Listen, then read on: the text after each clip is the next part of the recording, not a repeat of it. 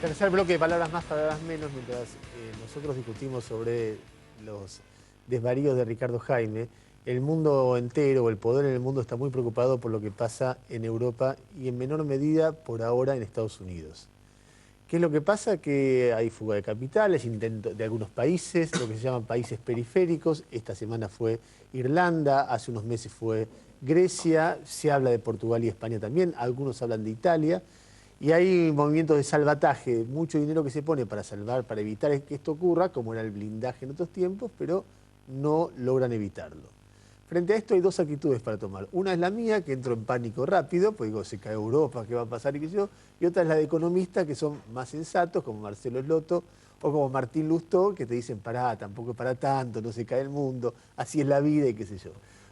Para poder entender este fenómeno, que es un fenómeno muy apasionante de reconversión del capitalismo, realmente lo que está pasando es, o lo que mucha gente percibe que está pasando, es realmente muy dramático no en el sentido de negativo, sino dramático como vertiginoso, como estremecedor, como fuerte.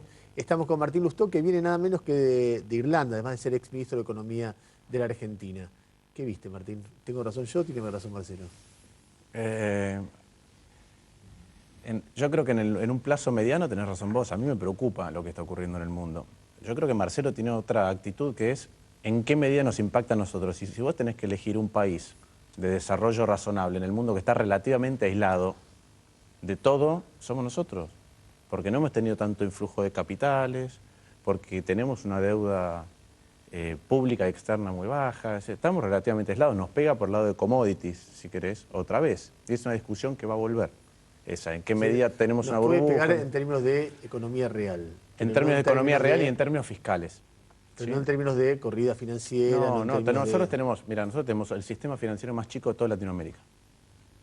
Más chico que el de Bolivia, más chico que el de Perú, más chico que el de... Tenemos el sistema financiero más chico de toda Latinoamérica. Entonces vos me decís, ¿en qué medida Y ahí? la deuda dejó de ser un Y la problema deuda dejó de gravitante. ser un problema. Entonces, yo creo que el mundo está en una transición hacia un lugar que desconocemos, pero que coincido con vos que tiene que ver con un replanteo del capitalismo. No que se acaba el capitalismo, pero ciertamente un replanteo. Si querés, en un ratito hablamos de por qué.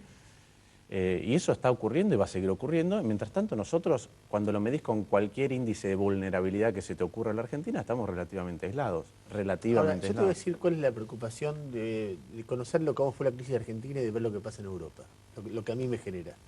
Bueno, lo que están diciendo muchos economistas prestigiosos del mundo es que con este nivel, como están atados al euro, hay muchos países importantes de Europa que no son viables así como están funcionando. Entonces generan déficit permanentemente, eso genera desconfianza, eso que genera, bueno, lo que se sabe, fuga de capital, entonces vienen poderes más importantes, le dan un montón de plata, pero no alcanza, como no alcanzaba en blindaje, porque los fundamentos de esos países funcionan mal, no los hacen viables. Ellos no pueden salir de la convertibilidad como nosotros porque no pueden devaluar, porque no tienen moneda, porque todos son el euro. Entonces la única manera de romper con eso es romper con el euro. Y romper con el euro es un descalabro en términos bancarios, en términos de deudas que no se pagan, en términos de... Y por vía de los bancos hay un contagio que, a lo que yo, la preocupación es hasta dónde llega por vía de quiebra de los bancos el contagio a distintos lugares del planeta. Estados Unidos primero, China después, Brasil quizá.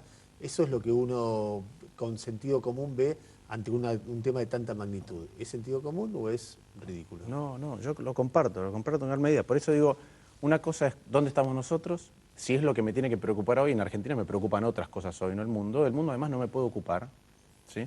Pero sí coincido con vos que esa es la dinámica. Todas las discusiones, yo estuve 4 días en Irlanda. 4 días de un evento tras de otro de economía, donde además hablaba y me tocaba interactuar con economistas del mundo, con periodistas, con formadores de opinión, con intelectuales y hasta con comediantes, que eran los que se encargaban de alguna manera de transmitir a la gente lo que estábamos diciendo. ¿Qué vi? Todos los símbolos o todas las señales típicas que hemos vivido nosotros previas al colapso. ¿Por qué? Primero, ¿tienen un problema de productividad? Sí. Las economías que vos mencionaste, Irlanda, Portugal, Grecia, Italia, España, perdieron desde que comenzó el euro 30% de competitividad con Alemania, ¿sí? Pero el euro les trajo otro problema, que es, mientras perdían competitividad, como no hay riesgo entre un país y otro porque tienen la misma moneda, hubo un flujo fenomenal de créditos para esas economías. Las economías se volvían menos productivas todas, pero tenían cada vez más crédito para comprar. Argentina, década del 90. Parecido. En Irlanda, para que te des una idea, se habla a veces de créditos ninja. En Irlanda le estaban llamando créditos mentirosos, porque se lo daban a gente que ni siquiera le preguntaban si podía repagarlo.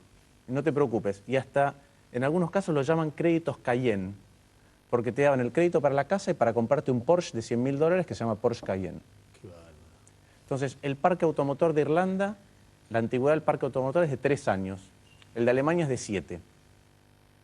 Y hay muchísimo. BMW, Mercedes-Benz, Porsche, Volkswagen. Entonces, es como que Irlanda, que había tenido un éxito muy, muy importante, y creo que eso no tiene que desmerecerse, ni siquiera olvidarlo, porque la verdad que Irlanda pasó de ser una economía periférica dentro de Europa a una de las 3 economías más importantes en términos per cápita del ingreso de la OECD, y fue elegida en el 2005 como la mejor calidad de vida del mundo. Entonces no empecemos ahora con que no existía el tigre, etc. Pero un gran problema fue este ingreso en el euro.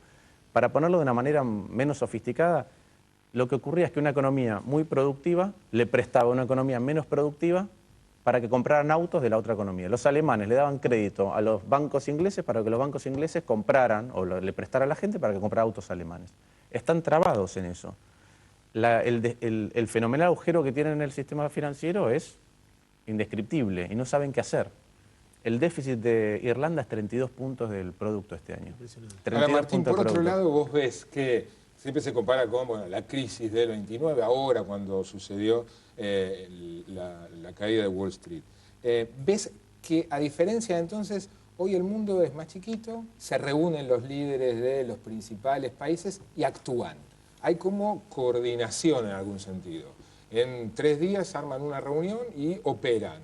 ¿Eso no es un factor importante a tener en cuenta? Sí, yo creo que eso es un factor importante, y el temor que tienen los europeos a ver que el pináculo de la civilización, que es la Unión Europea, corre sus riesgos, los hace actuar. Los líderes siempre actúan cuando están muy asustados. Cuando el pánico empieza Martín, a ceder... Perdona, por ahí es muy sobrio. Sí. Actúan mal. Ese es otro punto. Es decir, vos ves los reclamos, vos ves hoy los diarios españoles, internet, y los reclamos en los mercados es más ajuste, más impuestos. Es lo mismo que acá. Pero y no solo, y con un problema adicional que es el que vos mencionabas. En Irlanda yo vi un montón de signos nuestros, por ejemplo, de nuestros de aquella época. Se empieza a discutir si los impuestos al trabajo y sobre la empresa son muy altos. Son bajos y además tienen al lado a Dinamarca, Noruega, Suecia. Dicen, no somos competitivos. ¿Por qué empiezan a discutir eso? Porque tienen un problema de competitividad. Por los mercados, además. No, pero digo, porque tiene un problema de competitividad. Irlanda se gestó de una manera, con dinero de la Unión Europea y con tasas bajas corporativas, generó algunos sectores muy, pero muy productivos, pero después perdieron competitividad en otros. Pero yo empiezo a ver esos signos. Ya están discutiendo tranquilamente, primero, si tienen que reestructurar la deuda en lugar de ir a un ajuste. Están recomendando default y ponen como un ejemplo a seguir Argentina, exitoso bueno, el default de Argentina. A mí, yo calculo que no me invitaron porque soy muy divertido como comediante, me invitaron para saber cómo era, ¿Cómo fue lo de Argentina? Cómo fue lo de Argentina. El segundo elemento es que cuando empiezan a pensar en el euro, vos tenés razón. Acá, de un día para el otro, decís, mira, vos tenías un peso y lo podías cambiar por un dólar, ya no lo podés cambiar por más por un dólar, jodete. En Irlanda, vos le decís a la gente, te voy a dar otra moneda, voy a volver al viejo punt. Dame los euros. Ni pedo, no te los voy a dar. Entonces, ¿qué empiezan a pensar? Bueno, ya lo resolveremos. ¿Cómo? Haremos otra moneda paralela. Si están pensando en cuasimonedas. Qué bárbaro. Entonces, ves un montón de cosas parecidas. ¿Cuál es la gran diferencia que a mí me preocupa mucho? En Argentina vos tuviste, desde octubre del 98 hasta mayo del 2002, una depresión económica.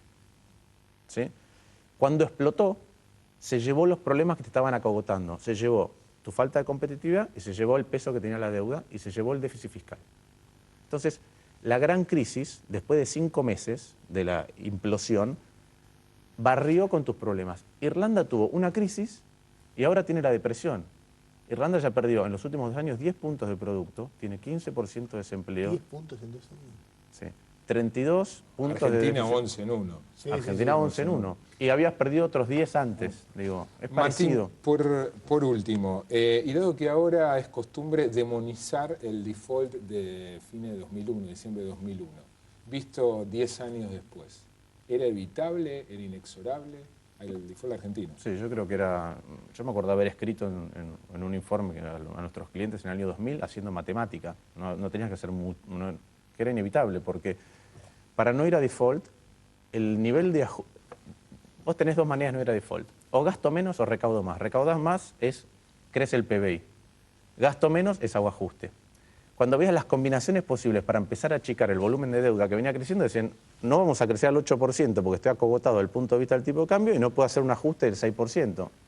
Es indefectible y vas a default. Irlanda está discutiendo lo mismo y déjenme que les diga un último punto, que es, más allá de si actúan bien o mal, actúan siempre por temor, después cuando el temor se disipa empiezan a discutir otras cosas. Por ejemplo, yo creo que esto de los grandes desequilibrios globales es una excusa para no meterse en los grandes problemas. El gran problema es la regulación financiera.